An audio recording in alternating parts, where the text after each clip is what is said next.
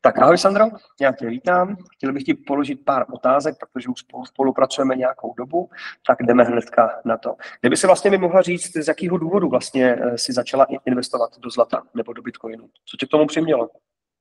Tak protože mi to zaprvé přijde jako zajímavá část celkového portfolia a to zlato třeba z toho důvodu, že to takový jako z mého pohledu uchovatel nějaké hodnoty a dejme tomu jakoby peněžní nějaká jistota, rezerva. A ten Bitcoin mi přijde jako by spíš taková zajímavější část celkově toho portfolia, taková variabilnější trošku, že si s tím člověk trošku může jako pohrát, trošku se o to zajímat, ale třeba ten Bitcoin pro mě není až tak důležitý. To spíš vidím jako důležitost v tom zlatě a právě z toho důvodu, že mi právě přijde, že je to taková jako jistota, kam uložit peníze a vím, že o ně vlastně nepřijdu. Super, děkuji moc. Dobrý?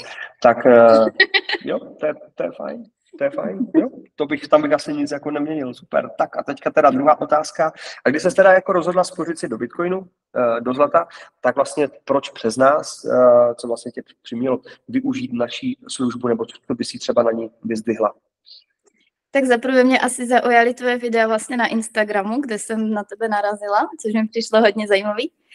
A právě celá ta služba se mi líbí kvůli té podpoře, hlavně třeba té informativní z pohledu člověka, který nechce trávit hodiny jako s tím studiem a nemá až takové jako velké znalosti, co se týče těch investic. Tak jsem třeba hrozně ráda, že prostě, když ti napíšu, vím, že dostanu odpověď, kterou velmi snadno pochopím, že to není nic složitýho a že prostě je to pro mě taková jakoby podpora celkově v tom, co mám dělat.